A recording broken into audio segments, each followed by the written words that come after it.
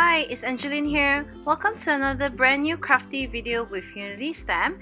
Today I'm going to show you how I mixed some glitters together to create some dimension. So first up, I already stamped and colored this cute little cuddle bug mousse by Unity Stamp, and I'm going to use some American Crafts Wild Glitter in chunky and also fine, which is in canary color. And before I place any glitter down, I'm just going to put some adhesive. I'm using the Thermoweb mixed media adhesive here to fill up the antlers carefully within the lines.